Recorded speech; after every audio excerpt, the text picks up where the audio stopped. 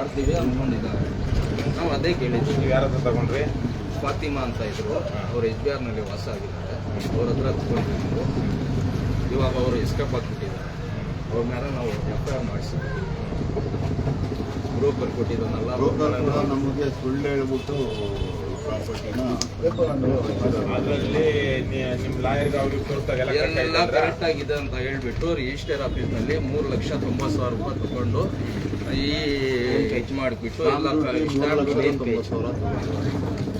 ಮಾಡ್ತಿದ್ದೆ. 3,50,000 ಫಾತಿಮಾ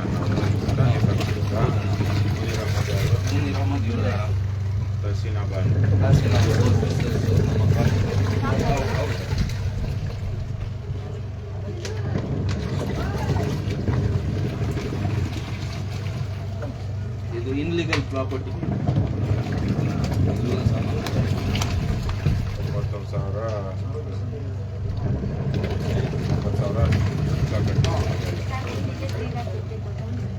ಇಲ್ಲಿ ಬಂದ್ಬಿಡಿ.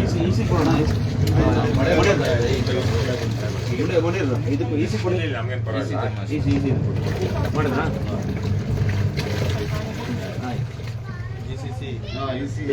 ಇಲ್ಲಿ ಬರೋ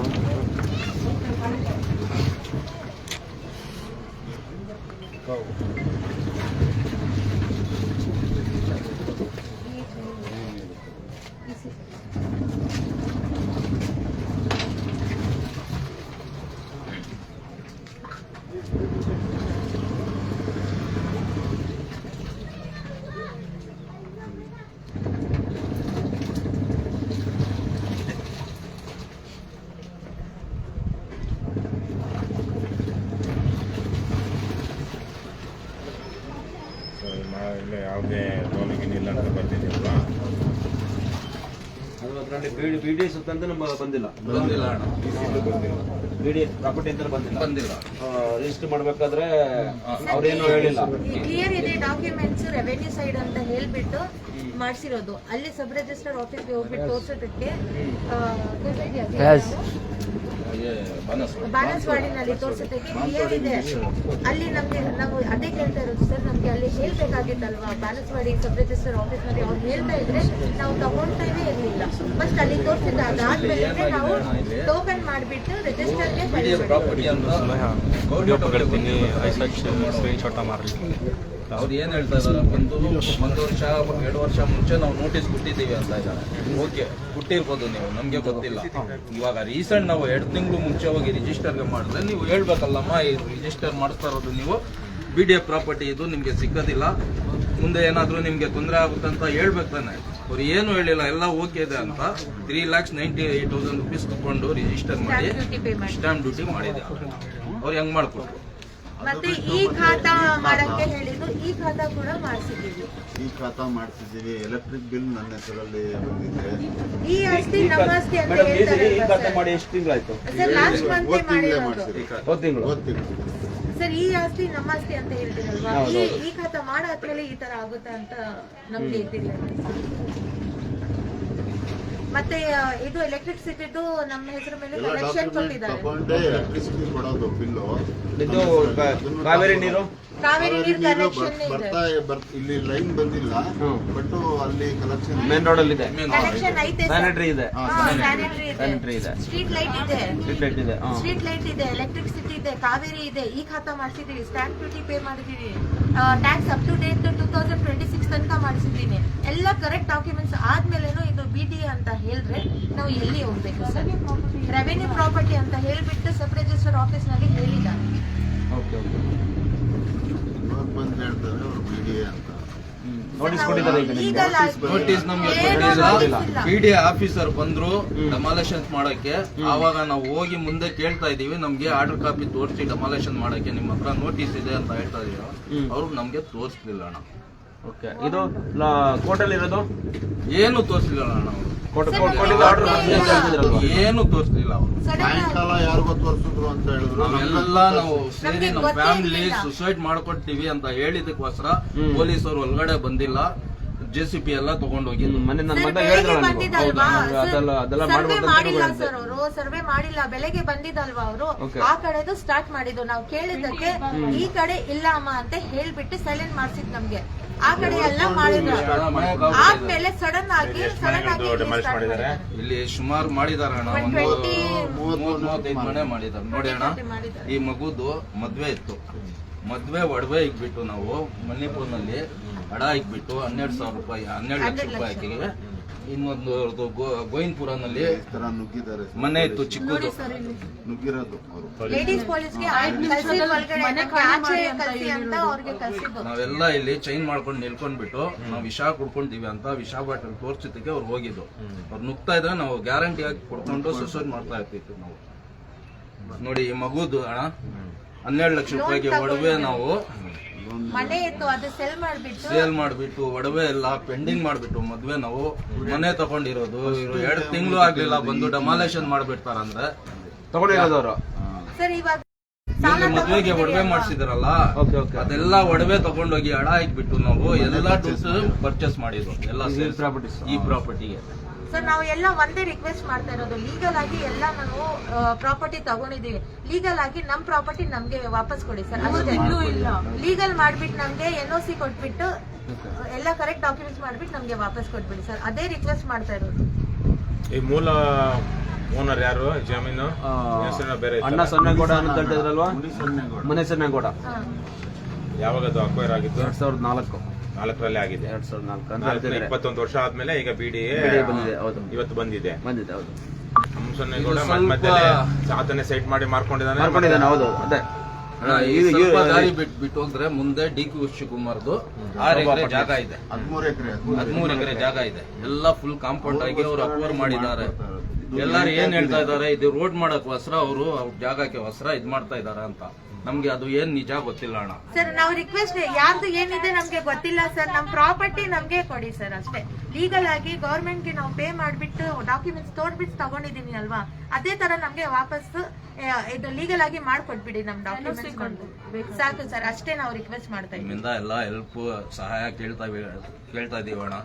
ಏನು ನಮ್ಮ ಮನೆ ಓಡಿಸ್ಕೊಟ್ಬಿಟ್ರೆ ನೀವು ನಮ್ಗೆ ಬಹಳ ನಮ್ ಕೈಯಲ್ಲಿಲ್ಲ, ಅದು ರಿಕ್ವೆಸ್ಟ್ ಮಾಡ್ತಾ ಇದ್ದೀವಿ ಸರ್. ಹೋಗ್ತಾ ಇದಲ್ಲ ಅಣ್ಣ, ನಮ್ ಕೈಯಲ್ಲಿ ಅದಿಲ್ಲ.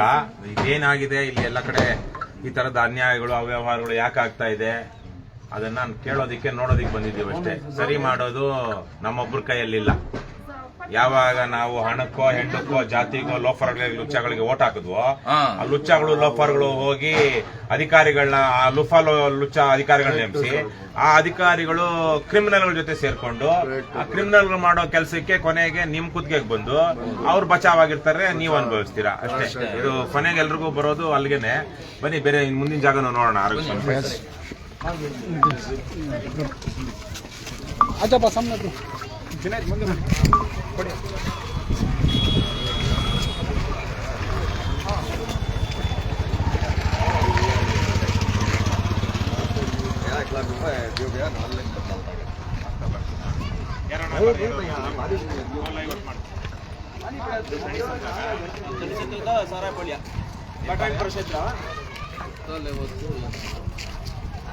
ಡೆಮಾಲಿಷ್ ಆಗಿರೋದು ಇದೆಲ್ಲ ಡೆಮಾಲಿಷ್ ಆಗಿರೋದು. ಇನ್ನೊಂದೇ ಲೈವ್ ಪಾರ್ಟಿದಲ್ಲಿದೆ. ಬಂಧುಗಳೇ, ಎಲ್ರಿಗೂ ನಮಸ್ಕಾರ. ನಾವು ಈ ರಾಜ್ಯದ ಕಂದಾಯ ಸಚಿವ ಕೃಷ್ಣ ಭೈರೇಗೌಡ ಪ್ರತಿನಿಧಿಸ್ತಾ ಇರುವಂತಹ ಬ್ಯಾಟರಾಯನಪುರ ವಿಧಾನಸಭಾ ಕ್ಷೇತ್ರದಲ್ಲಿ ಇದ್ದೀವಿ. ತಣಿಸಂದ್ರ ಭಾಗ ಇದು.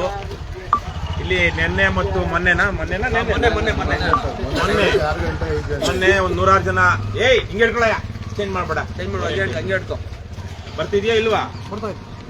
ಮತ್ತೆ ಯಾಕೆ ಚೇಂಜ್ ಮಾಡ್ತೀಯ? ಬರ್ತಾ ಇರೋದು ನಂಗೆಲ್ಲ ಚೇಂಜ್ ಮಾಡಬಾರ್ದು. ಇಲ್ಲ, ಬರೋದಿಲ್ಲ. ಮೊನ್ನೆ ಇಲ್ಲಿ 100 ಜನ ಪೊಲೀಸರು ಅಧಿಕಾರಿಗಳು ಬಂದು ಇಲ್ಲಿದ್ದಂತಹ ಒಂದಷ್ಟು ಮನೆಗಳನ್ನ ಒಡೆದು JCB ತಂದು ಪೊಲೀಸರ ರಕ್ಷಣೆಯಲ್ಲಿ ಎಷ್ಟೊಂದು 40 ಮನೆಗಳು ಹೊಡೆದಿದಾರ. ಹೊಡೆದು JCB ಇಂದ ನೋಡಿ ಇದೆಲ್ಲ ಇದ್ದಂತಹ ಮನೆಗಳು ಒಂದು ಬಹುಶಃ ಎಷ್ಟು ವರ್ಷಗಳಿಂದ ಕಟ್ಕೊಂಡಿದ್ರು ಗೊತ್ತಿಲ್ಲ, ಒಂದು 10-15 ವರ್ಷಗಳಿಂದ ಕಟ್ಕೊಂಡಿದ್ರಾ? 20 ವರ್ಷಗಳಿಂದ ಇದ್ದಂತಹ ಮನೆಗಳನ್ನ ಅವರು ಸರ್ಕಾರದಿಂದ ಗೌರ್ಮೆಂಟ್ ಏನಿದು ವೈಟ್ ಟಾಪಿಂಗ್ ಅಂತಾರ ಅಥವಾ ಸಿಸಿಟಿನ ಕಾಂಕ್ರೀಟ್ ಹಾಕಿದ್ದಾರೆ. ಕಾಂಕ್ರೀಟ್ ರಸ್ತೆ ಇದೆ, ಬೆಸ್ಕಾಂ ಕರೆಂಟ್ ಇದೆ, ಬೇರೆ ತರಹದ ಮೂಲಭೂತ ಸೌಕರ್ಯಗಳು, ಸ್ಯಾನಿಟರಿ, ಕಾವೇರಿ ನೀರು ಎಲ್ಲ ಇದೆ. ಅಂದ್ರೆ ಇದೇ ಸರ್ಕಾರ ಬಿಬಿಎಂಪಿ ಅವರ ಬಿಬಿಎಂಪಿ ತಾನೆ, ಬಿಬಿಎಂಪಿ ವ್ಯಾಪ್ತಿಗೆ ಬರುವಂತಹದ್ದು. ಬಿಬಿಎಂಪಿ ಹಲವಾರು ವರ್ಷಗಳಿಂದ ಇವೆಲ್ಲ ಸೌಲಭ್ಯಗಳನ್ನ ಇಲ್ಲಿ ಕೊಟ್ಟಿದೆ. ಅದರ ಜೊತೆಗೆ ಇವರು ಇಲ್ಲಿ ಇದೇ ಮತದಾರರಾಗಿ ಅಲ್ವೇನಪ್ಪ, ಅವರು ವೋಟರ್ ಆಗಿ ರಿಜಿಸ್ಟರ್ ಆಗಿದ್ದಾರೆ, ಅಡ್ರೆಸ್ಗಳಿದೆ. ಅಂತಹ ಜಾಗದಲ್ಲಿ ಬಂದು ಇದು BDA ಸ್ವತ್ತು ಅಂತ ಹೇಳಿ ಇದನ್ನ ಈಗ ಖಾಲಿ ತೆರವು ಮಾಡಿಸ್ತಾ ಇದ್ದಾರೆ. ಅಂದ್ರೆ ಅತಿಕ್ರಮ ಅಂತ ಹೇಳಿ. ಇಲ್ಲಿ ಬಹುಶಃ ಏನಾದ್ರು ಇವಾಗ್ತಿದ್ರ ಕಸ ಏನಾದ್ರು ಏನಿಲ್ಲ. ಇಲ್ಲಿ ರಾಜ್ಯದ ಪ್ರಭಾವಿ ಮಂತ್ರಿ, ರಾಜಕಾರಣಿ, ಹಾಲಿ ಉಪಮುಖ್ಯಮಂತ್ರಿ DK ಶಿವಕುಮಾರ್ ಅವರಿಗೆ ಸೇರಿದಂತ ಜಾಗ ಅಂತ ಹೇಳ್ತಾರೆ. ಅದೆಷ್ಟು ನಿಜವೋ ಸುಳ್ಳು ಅವ್ರಿಗೆ ಗೊತ್ತಿಲ್ಲ. ದಾಖಲೆಯಲ್ಲಿ ಅವ್ರ ಹೆಸರಲ್ಲಿ ಇದೆಯೇನಪ್ಪ ಅಥವಾ ಬೇರೆ ಹೆಸರಲ್ಲಿ ಇದೆಯಾ? ಶೋಭಾ ಅಪಾರ್ಟ್ಮೆಂಟ್ಸ್. ಸೊ ಅವರ ಬಹುಶಃ ಅವರ ಪಾರ್ಟ್ನರ್ಶಿಪ್ ಅಲ್ಲಿ ಇರುವಂತದ್ದು ಇರಬಹುದು. ಸೊ ಅವರಿಗೆ ಸೇರಿರುವಂತ ಜಾಗ. ಸೊ ಅದಕ್ಕೆ ರಸ್ತೆ ಬೇಕು ಅನ್ನುವಂತ ಕಾರಣಕ್ಕಾಗಿ ಒಂದು ಹೊಡಿತಾ ಇದ್ದಾರೆ ಇವತ್ತು ಅನ್ನುವಂಥದ್ದು. ಇನ್ನೊಂದು, ಇದು 20 ವರ್ಷಗಳಿಂದನೇ ನೋಟಿಫೈ ಆಗಿರುವಂತದ್ದು BDAಗೆ. 2004ರಲ್ಲಿ BDAಗೆ ನೋಟಿಫೈ ಆಗಿ ಅದು BDA ಇದನ್ನ ನೋಟಿಫೈ ಆದ್ಮೇಲೆ BDA ತನ್ನ ವಶಕ್ಕೆ ತಗೊಳ್ಬೇಕಾಗಿತ್ತು. ವಶಕ್ಕೆ ತೆಗೆದುಕೊಂಡು ಈ ಲೇಔಟ್ ಅಭಿವೃದ್ಧಿ ಪಡಿಸಬೇಕಾಗಿತ್ತು. ಆದ್ರೆ ಹಾಗೆ ಮಾಡದೆ ಹೋಗಿದೆ. ಅದ್ರ ಜೊತೆಗೆ ಬಹುಶಃ ಯಾರು ಅಣ್ಣ ಸೊನ್ನೆಗೌಡನ ಏನೋ ಅಂತ ಏನೋ ಹೇಳ್ತಾರೆ, ಮುನಿ ಸೊನ್ನೆಗೌಡನ ಯಾರೋ ಆತ ಈ ಜಮೀನಿನ ಮಾಲೀಕ. ಆ ವ್ಯಕ್ತಿ ಇದನ್ನ ಪರಭಾರೆ ಮಾಡಿದಾನೆ. ಏನು ಲೇಔಟ್ಗೆ ನೋಟಿಫಿಕೇಶನ್ ಆದ್ಮೇಲೆ ಆಗಿರುವಂತಹ ಮಾರಾಟಗಳು ಅದನ್ನ ಡಿನೋಟಿಫೈ ಮಾಡಿಸ್ಕೊಂಡಿಲ್ಲ ಮತ್ತೆ ಸರ್ಕಾರದಿಂದ. ಆದರೆ ಇದನ್ನ ಮಾರಿದ್ದು ಅಲ್ಲದೆ BDA ಇಂದ ಏನು ಪರಿಹಾರ ಸಿಗುತ್ತೆ ಆ ಪರಿಹಾರವನ್ನ ಅವನು ತಗೊಂಡಿದ್ದಾನೆ ಅಲ್ವಾ? ಪತ್ರಿಕೆಯಲ್ಲಿ ನೋಡಿದ್ದು ಪರಿಹಾರವನ್ನು ತಗೊಂಡಿದ್ದಾನೆ. ಮತ್ತೆ ಅದಕ್ಕೆ ಮೊದಲು ಮಾರ್ಕೊಂಡಿದ್ದಾನೆ. ಇಲ್ಲಿ ಬಹಳ ದೊಡ್ಡ ಮಟ್ಟದಲ್ಲಿ ಅಕ್ರಮಗಳು ನಡೆದಿದೆ. ಕ್ರಿಮಿನಲ್ಗಳು ಮಾಡುವಂತಹ ಕೆಲಸ. ಆದ್ರೆ ಈ ಕ್ರಿಮಿನಲ್ಗಳಿಗೆ ಸಾಥ್ ಕೊಟ್ಟಿರೋರು ಯಾರು? ನಮ್ಮ ಅಧಿಕಾರಿಗಳು, ನಮ್ಮ ಜನರ ತೆರಿಗೆ ಹಣದಲ್ಲಿ ಸಂಬಳ ತೆಗೆದುಕೊಳ್ತಿರುವಂತಹ ಅಧಿಕಾರಿಗಳು, ಕ್ರಿಮಿನಲ್ಗಳು ಈ ಎಲ್ಲ ಕೃತ್ಯ ನಡೆಯೋದಕ್ಕೆ ಬಿಟ್ಟಿದ್ದಾರೆ. ಕ್ರಿಮಿನಲ್ಗಳು ಆ ಕ್ರಿಮಿನಲ್ ಕೆಲಸವನ್ನ ಮಾಡಿದ್ದಾರೆ. ಈಗ ಕ್ರಿಮಿನಲ್ಗಳು ಮಾಡಿರುವಂತಹ ಕ್ರಿಮಿನಲ್ ಕೃತ್ಯ ಮತ್ತೆ ಕ್ರಿಮಿನಲ್ ಅಧಿಕಾರಿಗಳು ಅದಕ್ಕೆ ರಕ್ಷಣೆ ನಿಂತ ಕಾರಣದಿಂದಾಗಿ ಇವತ್ತು ನೂರಾರು ಜನರ ಜೀವನ ಬರ್ಬಾದಾಗಿದೆ. ಇದು ಹಾಲಿ ಕಂದಾಯ ಸಚಿವ ಕೃಷ್ಣ ಬೈರೇಗೌಡ ಪ್ರತಿನಿಧಿಸುತ್ತಿರುವಂತಹ ಕ್ಷೇತ್ರ. ಇಂತಹ ಜಾಗದಲ್ಲಿ ಸರ್ಕಾರಿ ಅಧಿಕಾರಿಗಳು ಈ ಮಟ್ಟಕ್ಕೆ ಬೇಜವಾಬ್ದಾರಿಯಿಂದ ನಡ್ಕೊಂಡು ಅಥವಾ ಅದೇನೋ ತಿನ್ನಬಾರದನ್ನ ತಿಂದು ಯಾರಿಗೋ ರಾಜಕಾರಣಿಗಳ ಪ್ರಭಾವಕ್ಕೊಳಗಾಗಿನೋ ಈ ಮಟ್ಟಕ್ಕೆ ಅವರು ಬೇಜವಾಬ್ದಾರಿಯಿಂದ ಮಾಡಿದಾಗ ಏನಾಗುತ್ತೆ? ಬಲಿಷ್ಠರು ಬಲಾಢ್ಯರು ಬಲ ಪಡ್ಕೊಳ್ತಾರೆ. ಏನ್ ಮಾಡ್ತಾ ಇದ್ರು ಸರ್ಕಾರಿ ಅಧಿಕಾರಿಗಳು? ಇದು BDA ಆಗಿದೆ ಅಂತ ಹೇಳಿದ್ಮೇಲೆ BDA ಅದೆಲ್ರಿಗೂ ನೋಟಿಸ್ ಕೊಟ್ಟು ಅದು ಜಾಗ ಒಂದೇ ಒಂದು ಇಂಚು ಸಹ ಯಾರು ರಿಜಿಸ್ಟರ್ ಮಾಡ್ಕೊಳಕ್ ಆಗ್ಬಾರ್ದು ಅಲ್ವೇನ್ರಪ್ಪ? ಸರ್ಕಾರ ಆ ಜಾಗ ಈಗ ಎಷ್ಟೋ ಕಡೆಗಳಲ್ಲಿ ನಮ್ಮ ಆನೇಕಲ್ ತಾಲೂಕಲ್ಲೂ 1000 ಎಕರೆಗೆ ಸರ್ಕಾರ ನೋಟಿಫಿಕೇಶನ್ ಕೊಟ್ಟಿದೆ. ಆ ಜಮೀನನ್ನ ಇವತ್ತು ಮಾರಾಟ ಮಾಡೋದಿಕ್ಕೆ ಯಾರಾದ್ರೂ ತಗೊಳ್ಳೋದಿಕ್ ಹೋದ್ರೆ ಅಥವಾ ಮಾರೋದಿಕ್ ಹೋದ್ರೆ ಆಗೋದಿಲ್ಲ. ಯಾಕಂದ್ರೆ ಸಿಸ್ಟಮ್ ಅಲ್ಲೇ ಬರೋದಿಲ್ಲ. ಇದು ಆಲ್ರೆಡಿ ನೋಟಿಫೈ ಆಗಿದೆ. ಎನ್ಕಾಂಬ್ರೆನ್ಸ್ ಅಲ್ಲಿ ಇನ್ನೊಂದ್ರಲ್ಲಿ ಇದು ನೋಟಿಫೈ ಆಗಿದೆ. ಇದನ್ನ ರಿಜಿಸ್ಟರ್ ಮಾಡೋದಿಕ್ಕೆ ಆಗೋದಿಲ್ಲ ಅಂತ ಹೇಳ್ತಾರೆ. ಆದ್ರೆ ಬೆಂಗಳೂರು ಏನಂತಾರೆ? Silicon city. ಏನ್ ಸಾಫ್ಟ್ವೇರ್ಗೆ ಇಡೀ ಪ್ರಪಂಚದಲ್ಲೇ ಸಿಲಿಕಾನ್ ಸಿಟಿ ಅಂದ್ರೆ ಇದೊಂದೇ. ಸಿಲಿಕಾನ್ ವ್ಯಾಲಿ ಅಂತಿದೆ. ಆದ್ರೆ ವ್ಯಾಲಿ ಬಿಟ್ರೆ ಸಿಲಿಕಾನ್ ಸಿಟಿ ಅಂತ. ಇಂತಹ ಜಾಗದಲ್ಲಿ ನಮ್ಮ ಅಧಿಕಾರಿಗಳಿಗೆ ಅವರಿಗೆ ಈ ಜಾಗ ಈಗಾಗಲೇ ನಮ್ಮ ಸಬ್ ರಿಜಿಸ್ಟ್ರಾರ್ಗಳಿಗೆ ಇತ್ತೀಚೆಗೆ ತಾನೇ ಯಾರೋ 4-5 ಜನ ಪರಮಭ್ರಷ್ಟ ಪರಮ ನೀಚ ಸಬ್ ರಿಜಿಸ್ಟ್ರಾರ್ಗಳು ಸಸ್ಪೆಂಡ್ ಆದ್ರು. ಆದ್ರೆ ಈ ತರಹ ಏನ್ ದಾಖಲೆಗಳೆಲ್ಲ ತಿದ್ದಿ ಅದು ಏನ್ ರಿಜಿಸ್ಟರ್ ಮಾಡ್ಕೊಳಕ್ ಆಗದೆ ಇದ್ರು ಇವ್ರು ಬೇರೆ ಯಾವ್ದೋ ತಂತ್ರ ಹುಡುಕೊಂಡು ಲೋಫರ್ಗಳು ಬದ್ಮಾಶ್ಗಳು ರಿಜಿಸ್ಟರ್ ಮಾಡಿಕೊಟ್ಟಿದ್ದಾರೆ. ಇಲ್ಲೂ ಅಷ್ಟೇ ರಿಜಿಸ್ಟರ್ ಮಾಡಿಕೊಟ್ಟಿದ್ದಾರೆ. ಪಾಪ ಏನು ಈಗ ಒಂದು ಮನೆಗೆ ಯಾರಪ್ಪ ಮನೆಗೆ ಹೋಗಿದ್ವಿ ನಾವು. 20x50 ಅಡಿ 20x50 ಅಡಿಗೆ ಅವರು ಕೇವಲ 2 ತಿಂಗಳ ಹಿಂದೆ ನವೆಂಬರ್ ತಿಂಗಳಲ್ಲಿ 50 ಲಕ್ಷ ರೂಪಾಯಿ ಅಲ್ವಾ? 50 ಲಕ್ಷ ರೂಪಾಯಿಗೆ ಆ ಮನೆ ಆ ಜಾಗವನ್ನ ಕೊಂಡ್ಕೊಂಡಿದ್ದಾರೆ. ಅದು ಸ್ವಲ್ಪ ಮನೆ ಹಿಂಗ್ ನೀವು ಮಾಡ್ಕೊಂಡಿರೋದ ಮೊದ್ಲೇ ಇತ್ತ? ಒಂಚೂರು ಮನೆ ಇತ್ತು, ಶೀಟಿನ ಮನೆ ಇತ್ತು. ಅದಕ್ಕೆ ಅವರು 3,90,000 ರೂಪಾಯಿ ರಿಜಿಸ್ಟ್ರೇಷನ್ ಶುಲ್ಕ ಕೊಟ್ಟಿದ್ದಾರೆ. ಹೌದು, ರಿಜಿಸ್ಟ್ರೇಷನ್ ಶುಲ್ಕ ಕೊಟ್ಟಿದ್ದಾರೆ. ಆದ್ರೆ ರಿಜಿಸ್ಟ್ರೇಷನ್ ಶುಲ್ಕ ಕೊಟ್ಟು ರಿಜಿಸ್ಟರ್ ಮಾಡ್ಕೊಂಡಿದ್ದಾರೆ. ಅದನ್ನ ಯಾರನ್ನು ಅವರಿಗೆ ನಿಲ್ಲಿಸಿಲ್ಲ. ಇಲ್ಲ, ಇದು ನಿಮ್ಮ ವ್ಯಾಪ್ತಿಗೆ ಬರೋದಿಲ್ಲ, ಇದನ್ನ ನೀವು ಕೊಂಡ್ಕೊಳ್ಳೋದಿಕ್ಕಾಗಿಲ್ಲ ಅಂತ. ಇವತ್ತು ನಿನ್ನೆ ಮೊನ್ನೆ ಅವರು ಬಂದು JCBಗಳನ್ನ ತಂದು ಇಲ್ಲಿ ಇಟ್ಟಿದ್ದಾರೆ. ಇದೇ ಬ್ಯಾಟರಾಯನಪುರ ವಿಧಾನಸಭಾ ಕ್ಷೇತ್ರದಲ್ಲಿ. ಯಾರು SDP ನಮಸ್ಕಾರ. ನಮಸ್ಕಾರ, ಆರಾಮ? ಪರವಾಗಿಲ್ಲ. ಹೇಗಿದ್ದೀರಾ? ಏನ್ ಈ ತರಕ್ಕೆ ಆದ್ರೆ ವ್ಯವಸ್ಥೆ? ಪಾಪ ಬಹುತೇಕ ಇಲ್ಲಿರೋರೆಲ್ಲ ಬಡವರು, ಅಮಾಯಕರು, ಮುಗ್ಧರು, ಮಾರಿರೋನ್ ಯಾವನೋ ಕ್ರಿಮಿನಲ್ ಅವಕಾಶ ಮಾಡಿಕೊಟ್ಟಿರೋ ಅಧಿಕಾರಿ ಬೇರೆ ಕ್ರಿಮಿನಲ್. ಮತ್ತೆ ಇಲ್ಲಿ ಓಟ್ ಬಹುತೇಕ ನೀವು ನೋಡಿದಾಗೆ ಇಲ್ಲಿರೋರೆಲ್ಲ ಮುಸಲ್ಮಾನ್ ಸಮುದಾಯದವರು ಹಾಕಿ ಓಟ್ ಹಾಕಿ ಗೆಲ್ಸಿರೋ MLAನೇ ಇದ್ದಾನೆ. ಆತನು ಇವ್ರದ್ದು ಇಷ್ಟು ಇಂಟ್ರೆಸ್ಟ್ ಪ್ರೊಟೆಕ್ಟ್ ಮಾಡಿಲ್ಲ ಅಂದ್ರೆ ಇನ್ಯಾರು ಮಾಡಬೇಕು? ಎಲ್ಲಾ ಡಾಕ್ಯುಮೆಂಟ್ಸ್ ಗಳಿದ್ದು ಕೂಡ ಏನ್ ಅರ್ಥನೇ ಆಗ್ತಾ ಇಲ್ಲ. ಇಲ್ಲ, ಇಲ್ಲಿ ತಪ್ಪಾಗಿದೆ. 20 ವರ್ಷಗಳಿಂದನೇ ಆಗಿದೆ. 20 ವರ್ಷಗಳಿಂದ ಲೇಔಟ್ ಮಾಡಿದ್ದಾರೆ. ಲೇಔಟ್ ಮಾಡಿದ್ಮೇಲೆ ಅವನು ಡಿನೋಟಿಫಿಕೇಶನ್ ಮಾಡ್ಕೊಂಡಿದ್ದಾನೋ ಮಾಡ್ಕೊಂಡಿಲ್ವೋ, ಆದ್ರೆ ಅವ್ನು ಮಾರಿದ್ರು ಕಾನೂನು ಬಾಹಿರವಾಗಿ ಮಾರಿದ್ರೆ ನಮ್ಮ ಅಧಿಕಾರಿಗಳು ಏನ್ ಮಾಡ್ತಾ ಇದ್ರು? ಅನ್ನ ತಿಂತಾ ಇದ್ರು, ಅಮೇಧ್ಯ ತಿಂತಾ ಇದ್ರು. ಅವರು ಅಮೇಧ್ಯ ತಿಂದ್ಕೊಂಡು ಅವ್ರ ಹತ್ರ ದುಡ್ಡು ತಗೊಂಡು ಇನ್ನೊಂದು ತಗೊಂಡು ಅವನಿಗೆ ಮಾರೋದಕ್ಕೆ ಅವಕಾಶ ಮಾಡ್ಕೊಂಡಿದ್ದಾರೆ.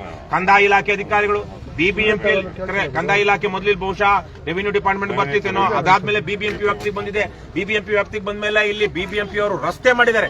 ಅಂತಿಂತ ರಸ್ತೆ ಅಲ್ಲ, ಕಾಂಕ್ರೀಟ್ ರಸ್ತೆ ಮಾಡಿದ್ದಾರೆ. ಸೂಯೇಜ್ ಕೊಟ್ಟಿದ್ದಾರೆ, ಕರೆಂಟ್ BWSSB ಕೊಟ್ಟಿದ್ದಾರೆ, ಬೆಸ್ಕಾಂ ಅವ್ರು ಕೊಟ್ಟಿದ್ದಾರೆ. ಇಷ್ಟೆಲ್ಲ ಇವರು ಕಾನೂನು ಬಾಹಿರವಾಗಿ ಕೊಟ್ಟು ಅದನ್ನು ನೋಡಿದಾಗ ಜನಕ್ಕೆ ಏನ್ ಅನ್ಸುತ್ತೆ? ಓ, ಎಲ್ಲ ಕರೆಕ್ಟ್ ಆಗಿದೆಯಲ್ವಾ, ಇದೊಂದು ಡೆವಲಪ್ ಲೇಔಟ್, ಬಹುಶಃ A ಖಾತಾನೋ B ಖಾತಾನೋ ಇನ್ನೊಂದೋ ಯಾವ್ದೋ ಆಗಿರ್ಬೇಕು. ಅದೇ B ಖಾತಾನೋ ಆಗಿರ್ಬೇಕು, A ಖಾತಾ ಅಲ್ಲದೆ ಇರಬಹುದು. ಹಾಗಾಗಿ ರೆವಿನ್ಯೂ ಸೆಕ್ಟರ್ ನಾವು ತಗೊಳ್ಬಹುದು ಅನ್ನೋ ಧೈರ್ಯದಲ್ಲಿ 2ನೇ ದೇವರು 3ನೇವರು ತಗೊಳಕ್ ಹೋಗಿದ್ದಾರೆ. ಸೊ ಹಾಗಾಗಿ ಇವತ್ತಿರುವಂತಹ ಸಂದರ್ಭದಲ್ಲಿ ನಮ್ಮ ರಾಜ್ಯದ ಭ್ರಷ್ಟ ರಾಜಕಾರಣ, ಭ್ರಷ್ಟಾಚಾರವೇ ಇದಕ್ಕೆ ಏನು ಕಾರಣ. ನನ್ಗನ್ಸ್ದಂಗೆ ಇಲ್ಲಿ ಯಾರೋ ಆ ಸಮುದಾಯದವರು ಈ ಸಮುದಾಯದವರು ಅವರಿದ್ದಾರೆ, ಅವ್ರನ್ನ ಖಾಲಿ ಮಾಡಿಸ್ಬೇಕು ಅಂತಿಲ್ಲ. ಇವಾಗ ಕೋರ್ಟ್ ಇದು ಈ ಜಾಗ BDA ಹೆಸರಲ್ಲಿದೆ. BDA ಹೆಸರಲ್ಲಿರುವಾಗ BDA ತನ್ನ ಹಕ್ಕನ್ನು ಸ್ವಾಧೀನ ಪಡಿಸ್ಕೊಳ್ಬೇಕು. ಯಾಕಂದ್ರೆ ಈಗ ಆಲ್ರೆಡಿ ಅದು ಪೇ ಮಾಡಿದೆ. ಬಟ್ ಆ ಪೇ ಮಾಡಿದ್ರೆ ಈಗ ಅವನು ಮೂಲ ಓನರ್ ಏನಿದ್ದಾನೆ ಅವನು ಸೇರಿದಂತೆ ಇಷ್ಟೂ ದಿನಗಳ ಕಾಲ ಯಾರೆಲ್ಲ ಅಧಿಕಾರಿಗಳಿದ್ರು ಅವ್ರ ಮೇಲೆ ಆಕ್ಷನ್ ಆಗ್ಬೇಕು. ನೀವು ನೋಡಿ, ಮೊನ್ನೆ ವಿಧಾನಸೌಧದಲ್ಲಿ ಬದ್ಮಾಶ್ಗಳು ಆ ವಿಧಾನಸೌಧದ ಮೇಲೆ ಇದೇನೋ ಹಾಕೋದಿಕ್ಕೆ ಏನಂತಾರೆ, ಅದಕ್ಕೆ ಅಲ್ಲ ಸಣ್ಣದೊಂದು ಕೊಡ್ತಾರಲ್ಲ, ಏನಪ್ಪಾ ಅಂತಾರೆ, ಮೇಲೆ ಕಾಂಪೌಂಡ್ ಮೇಲೆ ಇದ್ರ ಮೇಲೆ ಅದನ್ನ ಕಟ್ಟೋದಿಕ್ಕೆ ಯಾರೋ BK ಪವಿತ್ರ ಅಂತ ಒಬ್ಬ ಇಂಜಿನಿಯರ್ ಸೇರಿದಂತೆ ಆತ ರಿಟೈರ್ಡ್ ಆಗಿದ್ದಾನೆ. ಅವನು ಸೇರಿದಂತೆ ಅವನ ಹತ್ರ ಎಲ್ಲ ವಸೂಲಿ ಮಾಡಿ ಅಂತ ನಿನ್ನೆ ಕಾನೂನು ಹೇಳ್ತಾರೆ. ಆರ್ಡರ್ ಆಗಿದೆ ಅಲ್ವಾ? ಈಗ ಅವ್ರ ಮೇಲೆ ಆಕ್ಷನ್ ಆಗ್ತಾ ಇದೆ ಅಲ್ವಾ? ಅದೇ ತರದ ಆಕ್ಷನ್ ಇಲ್ಲಿ ಆಗ್ಬಾರ್ದು. ಆದ್ರೆ ಆ ಪರಿಹಾರ ಯಾರು ಕೊಡ್ಬೇಕು? ಇವತ್ತು ಗೊತ್ತಿಲ್ಲದೆ ಎಲ್ಲಾ ಕಾನೂನುಬದ್ಧವಾಗಿದೆ ಅಂತೇಳಿ ಮುನೀರು ಇವ್ರ ತರದವ್ರು ಹೋಗಿ ತಗೊಂಡಿದಾರಲ್ವಾ, ಅವ್ರ ಪರಿಹಾರ ಕೊಡ್ಬೇಕು.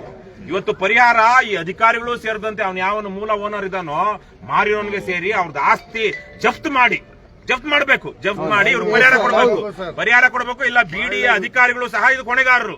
ಮಿನಿಸ್ಟರ್ ತನಕ ಅವ್ನ್ ಕಂದಾಯ ಇಲಾಖೆ ಇರ್ಬೋದು, ನಗರಾಭಿವೃದ್ಧಿ ಇಲಾಖೆ ಇರ್ಬೋದು, ಏನಕ್ಕೆ ಅವ್ರು ನೇಮಕ ಮಾಡಿರೋದು? ನಾವು ಸರ್ಕಾರಿ ಆಸ್ತಿ ರಕ್ಷಣೆ ಮಾಡ್ರಪ್ಪ ಅಂತ. ಹಾಗಾಗಿ ನೀವೇನ್ ಮಾಡ್ತಿರೋ ನೋಡಿ, ಆವಂತೂ ನಿಮ್ಗೆ ಗೊತ್ತಿದೆಯಲ್ವಾ, ನಮ್ಮ ಪಾಡಿಗೆ ನಾವು ಮಾಡ್ತಾ ಇದೀವಿ. ಜನ ಅನುಭವಿಸ್ಲಿ.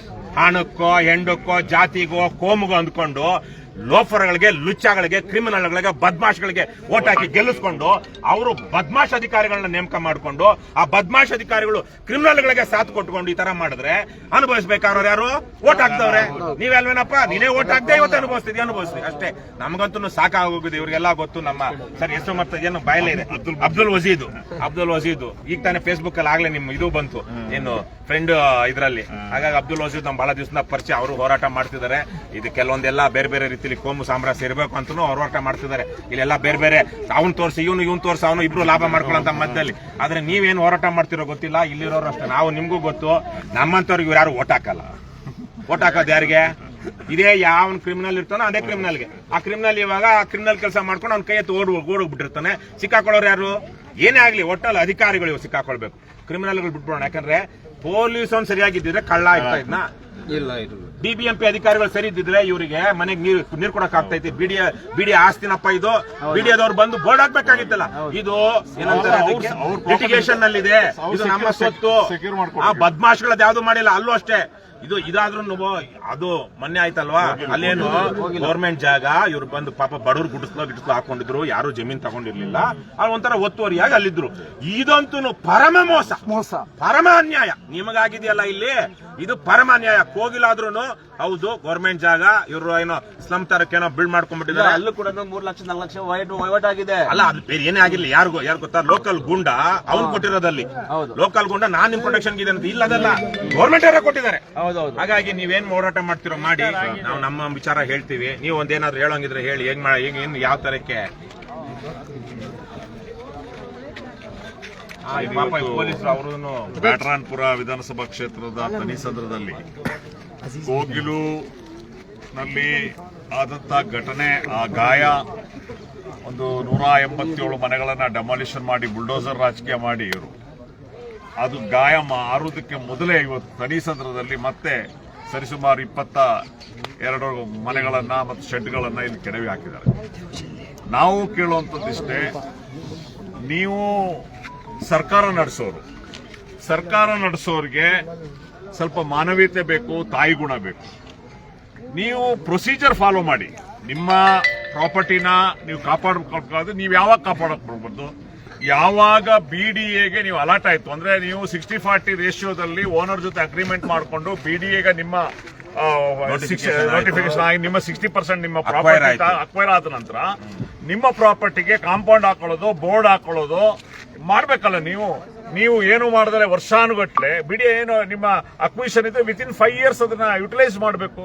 ನೀವು ಅದನ್ನ ವಿತಿನ್ 5 years ಯುಟಿಲೈಸ್ ಮಾಡಿಲ್ಲ, ನೀವು ಅದನ್ನ ಬೇಲಿ ಹಾಕ್ಲಿಲ್ಲ, ಅಥವಾ ಕಾಂಪೌಂಡ್ ಮಾಡಲಿಲ್ಲ, ಅಥವಾ ಬೋರ್ಡ್ ಹಾಕ್ಲಿಲ್ಲ, ಏನು ಹಾಕಿದ್ರೆ ಆ ಓನರ್ಗಳು ನಿಮಗೂ ಮಾರಿ, ಆ ಬಿಡಿಎಗೂ ಮಾರಿ, ಬಿಡಿಎದ ದುಡ್ಡು ತಗೊಂಡು ಈ ರೀತಿ ಪಬ್ಲಿಕ್ ಮಾಡಿ ಅದನ್ನ ನೀವು ರಿಜಿಸ್ಟರ್ ಮಾಡಿಕೊಟ್ಟಿದ್ರಿ. ನಾನು ಕೃಷ್ಣ ಬೈರೇಗೌಡರಿಗೆ ನಾನು ಕೇಳ್ತೀನಿ, ಬೈರೇಗೌಡ್ರೆ ನಿಮ್ಮ ಏನು ನೋಂದಣಿ ಇಲಾಖೆ ಮುದ್ರಣ ಮತ್ತು ನೋಂದಣಿ ಇಲಾಖೆಯಲ್ಲಿ ರಿಜಿಸ್ಟರ್ ಮಾಡ್ಕೊಟ್ಟಿದ್ದಾರೆ. ಹಾಗಾದ್ರೆ ನೀವು ರಿಜಿಸ್ಟರ್ ಮಾಡ್ಬೇಕಾದ್ರೆ ನೀವು ಡಾಕ್ಯುಮೆಂಟ್ ನೋಡೋದಿಲ್ವಾ? ಇವತ್ತು ಬಿಬಿಎಂಪಿ ಅವರು ಇಲ್ಲಿ ರೋಡ್ ಮಾಡಿದ್ದಾರೆ, ಎಲೆಕ್ಟ್ರಿಸಿಟಿ ಕೊಟ್ಟಿದ್ದಾರೆ, ಪ್ರತಿಯೊಂದು ಡಾಕ್ಯುಮೆಂಟ್ ಇದೆ, ಬಿ ಖಾತಾ ಇದೆ ಇವ್ರ ಹತ್ರ, ಶೇರ್ ಡೀಡ್ ಇದೆ, ಈ ಸ್ವತ್ತಾಗಿದೆ. ಇಷ್ಟೆಲ್ಲ ಡಾಕ್ಯುಮೆಂಟ್ ಇದ್ದು ಕೂಡ ನೀವು ಏಕಾಏಕಿ ಏನನ್ನೂ ಪರಿಶೀಲನೆ ಮಾಡದೆ, ನೋಟಿಸ್ ಮಾಡದೆ, ಒಂದು ಸಹಜ ಪ್ರಕ್ರಿಯೆ ಅಂತ ಇದೇ ರೀತಿ ಉತ್ತರ ಭಾರತದಲ್ಲಿ ಬುಲ್ಡೋಸರ್ ರಾಜಕೀಯದಾಗ ಸುಪ್ರೀಂ ಕೋರ್ಟ್ ಡೈರೆಕ್ಷನ್ಸ್ ಕೊಟ್ಟಿದೆ. ನೀವು ಆ ಪ್ರಕ್ರಿಯೆಯನ್ನು ಪೂರ್ತಿ ಮಾಡಬೇಕು. ಪ್ರಕ್ರಿಯೆ ಏನು, ನೋಟಿಸ್ ಇಶ್ಯೂ ಮಾಡಬೇಕು, ಸಮಯಾವಕಾಶ ಕೊಡಬೇಕು, ಎಲ್ಲ ಆಗ್ಬೇಕಲ್ಲ. ಅದನ್ನ ಏನು ಮಾಡದಲೆ ಈ ರೀತಿ ಅನ್ಯಾಯವಾಗಿ ಅಕ್ರಮವಾಗಿ ಮಾಡ್ತಾ ಇರೋದು ಅತ್ಯಂತ ಖಂಡನೀಯ. ಇದರಲ್ಲಿ ನಾವು ಮಾನ್ಯ ಎನ್.ಎ. ಹಾರಿಸ್ ರವರು ಏನು ಬಿಡಿಎದು ಚೇರ್ಮನ್ ಆಗಿದ್ದಾರೆ. ಅಲ್ಲಿ ಅವರ ಕ್ಷೇತ್ರದಲ್ಲಿ ಮಾನವೀಯತೆ ಹಬ್ಬ ಅಂತ ಮಾಡ್ತಿದ್ದಾರೆ. ಮಾನ್ಯ ಹ್ಯಾರಿಸ್ ರವರೇ, ನೀವು ಬಿಡಿಎ ಚೇರ್ಮನ್ ಆಗಿ ಮಾನವೀಯತೆ ಹಬ್ಬ, ಇದು ಮಾನವೀಯತೆ ಹಬ್ಬನ, ಇದು ಮಾನವೀಯತೆ ಸಂದೇಶನ. ಇದು ಆ ಚಳಿ ಬೆಳಗ್ಗೆ ಬೆಂಗಳೂರಿನ ಚಳಿಯಲ್ಲಿ ಈ ರೀತಿ ಇರಬೇಕಾದ್ರೆ ಬೆಳಗಿನ 6 ಗಂಟೆ ಜಾವದಲ್ಲಿ ಆ ಮಕ್ಕಳು ಮಹಿಳೆಯರು ನೋಡದಂತೆ ಅವ್ರಿಗೆ ಬೀದಿಗೆ ತೊಳ್ಳೋದು ಇದೇನಾ ಮಾನವೀಯತೆ ನಿಮ್ದು? ಹಾಗಾಗಿ ನಾನ್ ಕೇಳ್ತಾ ಇರೋಂಥದ್ದು, ನೀವು ಎ ಟಿ ರಾಮಸ್ವಾಮಿ ವರದಿ ಏನು ಇದೆ, ಎಷ್ಟು ಸಾವಿರ ಎಕರೆ ಬೆಂಗಳೂರಲ್ಲಿ ಅಕ್ವೈರ್ ಆಗಿರೋಂಥದ್ದು? ಈ ಬಡವರು ಮಾತ್ರ ಅಕ್ವೈರ್ ಮಾಡ್ಕೊಂಡಿರೋ 18,000 ಎಕರೆ, 18,000 ಎಕರೆ ಅತಿಕ್ರಮ ಆಗಿರೋ ಅದನ್ನ ನೀವು ಏನಾದ್ರು ಏನ್ ಕ್ರಮ ತಗೊಂಡ್ರಿ? ಅದು ಬಿಟ್ಬಿಟ್ಟು ಬಡವರು ಗುಡಿಸಲು ಹಾಕೊಂಡಿರೋದು ಕೋಗಿಲುವಂಥದ್ದು ಇಲ್ಲಿ ಬಂದು ನಿಮ್ಮ ಪರಾಕ್ರಮ ತೋರಿಸ್ತಾ ಇದ್ರಿ. ಶ್ರೀಮಂತ ವರ್ಗ, ನಿಮ್ಮ ರಾಜಕಾರಣಿಗಳು ಎಲ್ಲ ಅಕ್ರಮ ಮಾಡ್ಕೊಂಡಿರೋದನ್ನೆಲ್ಲ ಏನ್ ಮಾಡ್ತಿದ್ರಿ? ಇದನ್ನೆಲ್ಲವನ್ನು ಮಾಡ್ತಿದ್ರಿ ಅನ್ನೋದಕ್ಕೆ ಇಲ್ಲಿ 2 ವಿಚಾರ ನಾನು ಇರೋದ್ರಿಂದ. ನಮ್ಮವ್ರು ಇನ್ನೊಂದೆಲ್ಲಪ್ಪ, ಒಂದು ಇದು ಇವರಿಗೆ ಕೊಡೋದಕ್ಕೆ ಮೊದಲು ಇಲ್ಲಿ ಏನೋ ಕ್ರಿಮಿನಲ್ ಕ್ರೈಮ್ ಆಗಿದೆ ಅಥವಾ ಇದು ಅಕ್ರಮವಾಗಿ ಇವ್ರು ಮಾಡ್ಕೊಂಡಿದ್ದಾರೆ ಅಂದ್ರೆ, ಅಕ್ರಮ ಮಾಡಿದಂತವ್ರ ಮೇಲೆ ಏನ್ ಆಕ್ಷನ್ ಆಗಿದೆ ಇಲ್ಲಿ ತನಕ? ಇಲ್ಲಿ ವಾಸರವ್ರು ಬಿಟ್ಬಿಡೋಣ, ಯಾವನ ಮಾರಿರೋರಿಂದ ಹಿಡ್ಕೊಂಡು, ಮಾರ್ಸಿರೋರಿಂದ ಹಿಡ್ಕೊಂಡು, ಮಾರೋದಿಕ್ಕೆ ಅವಕಾಶ ಮಾಡಿಕೊಟ್ಟು ಸರ್ಕಾರ ಸೌಲಭ್ಯ ಕೊಡಿಸಿರೋ ಅಧಿಕಾರಿಗಳಿಂದ ಹಿಡ್ಕೊಂಡು, ಅವ್ನು ಯಾವ ಕ್ರಿಮಿನಲ್ ಇರ್ತಾನೆ ಮೊದಲ ಆರಂಭದಲ್ಲಿ ದಾಖಲೆಗಳನ್ನ ಸೃಷ್ಟಿ ಮಾಡಿ, ಬಿಡಿಎಗೆ ಅಕ್ವೈರ್ ಆಗಿದ್ರು ಅದ್ರದ್ದು ಬೇಕಾಗಿರುವಂತಹ ಫ್ರಾಡುಲೆಂಟ್ ದಾಖಲೆಗಳನ್ನ ಸೃಷ್ಟಿ ಮಾಡಿ ಅವ್ರ ಮೇಲೆ ಎಫ್ಐಆರ್ ಆಗಿದೆಯಾ? ಅವ್ರ ಮೇಲೆ ಆಕ್ಷನ್ ಆಗಿದ್ಯಾ? ಅವ್ರ ಮೇಲೆ ಆಕ್ಷನ್ ಆಗಿ ಹೌದಪ್ಪ ನೋಡ್ರಪ್ಪ ನಿಮ್ಗೆ ಮೋಸ ಮಾಡಿದಾನೆ, ನಿಮಗ್ ಮೋಸ ಆಗಿದೆ ಅಂತ ಇಲ್ಲಿ ಬಂದು ಹೇಳ್ಬೇಕು. ಮೋಸ ಮಾಡಿರೋನ್ ಹಿಡಿದು ಮೋಸ ಮಾಡಿರೋನ್ ಹಿಡಿದೇನೆ ನಿಮ್ಗೆ ಮೋಸ ಆಗಿದೆ ಅಂದ್ರೆ ಮೋಸ ಮಾಡಿದವ್ರು ಯಾರು? ಮತ್ತೆ ಮೋಸ ಯಾರೋ ಒಬ್ಬ ಕ್ರಿಮಿನಲ್ ಮಾರಿದಾನೆ ಅಂದ್ರೆ ಕ್ರಿಮಿನಲ್ ಹಿಡಿದಿದ್ದೀರಾ ನೀವು? ಕ್ರಿಮಿನಲ್ ಮೇಲೆ FIR ಮಾಡಿದೀರಾ? ಇಲ್ಲ. ಹಾಗಾಗಿ ಇಲ್ಲಿ ಅದೇನೋ ಗುಬ್ಬಚ್ಚಿ ಮೇಲೆ ಬ್ರಹ್ಮಾಸ್ತ್ರ ಅನ್ನೋ ತರಕ್ಕೆ ಇಲ್ಲಿ ಬಿಟ್ಟಿದ್ದಾರೆ.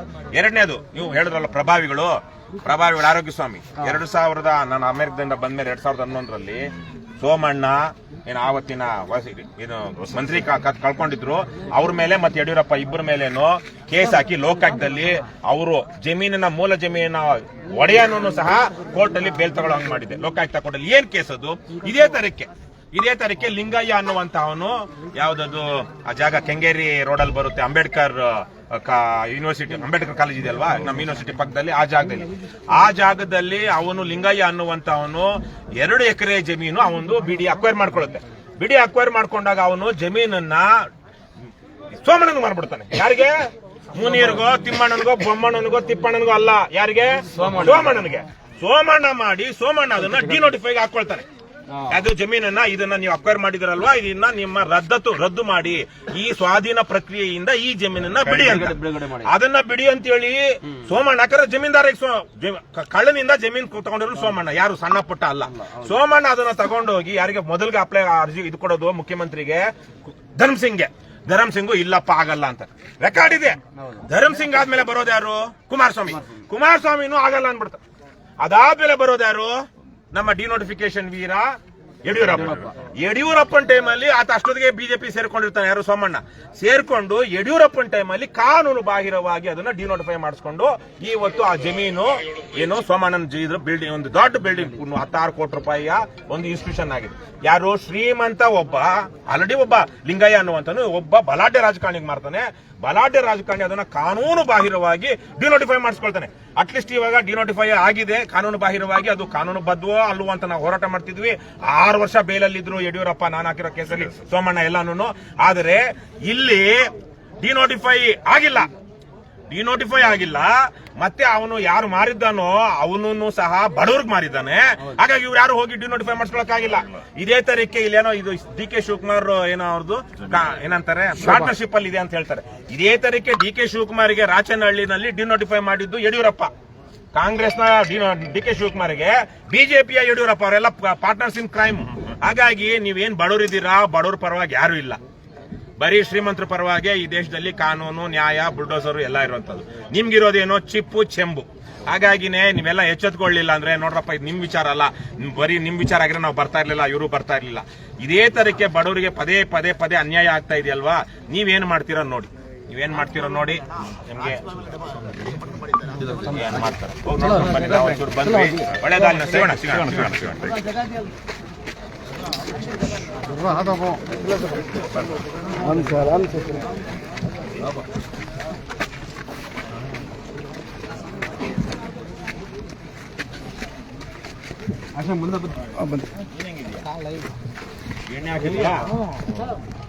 ಎಣ್ಣೆ ಹಾಕಿದ್ರೆ ಹೆಂಗ್ ಚೆನ್ನಾಗಿರ್ತೀಯಣ್ಣ? ಬನ್ನಿ. ನನ್ ಕ್ಯಾಮ್ರಾ ಇಲ್ಲಣ್ಣ? ಇಲ್ಲಿ ಇಲ್ಲಿ ನಿಂತ್ಕೊಳ್ಳೋಣವಾ?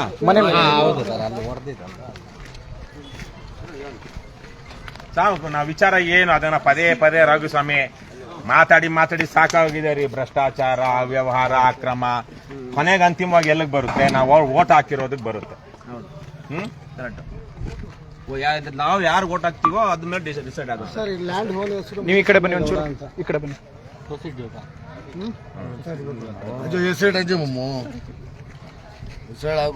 ಬಂಧುಗಳೇ, ನಾನು ಮಾತಾಡ್ತಾ ಹೋಗ್ತೀನಿ. ನೀವು ಎಷ್ಟು ಬೇಕೋ ಅಷ್ಟು ಕಟ್ ಮಾಡ್ಕೊಳ್ರ. ಮುಂದೆ ಹೋಗಿ.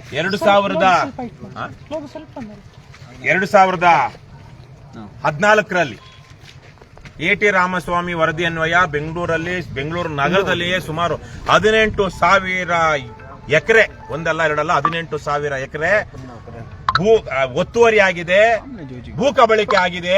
ಹಾಗಾಗಿ ಅದನ್ನೆಲ್ಲ ತೆರವು ಮಾಡಿಸಿ ಸರ್ಕಾರದ ಆಸ್ತಿ ಆಸ್ಪತ್ರೆಗಳು ಕಟ್ಟೋದಿಕ್ ಬೇಕು, ಶಾಲೆಗಳು ಕಟ್ಟೋದಿಕ್ ಬೇಕು, ಮೈದಾನ ನಿರ್ಮಿಸೋದಿಕ್ ಬೇಕು, ಸಿವಿಕ್ ಅಮ್ಯುನಿಟೀಸ್ ಬೇಕು ಅಂತೇಳಿ ಅವೆಲ್ಲ ತೆರವು ಮಾಡಬೇಕು ಅಂತೇಳಿ. ಆಗ ತೆರವು ಮಾಡಬೇಕು ಅಂದ್ರೆ ಯಾರು ಭೂ ಕಬಳಿಕೆ ಮಾಡಿದವರು ಅವರಿಂದ ವಶಪಡಿಸಿಕೊಳ್ಳಬೇಕು.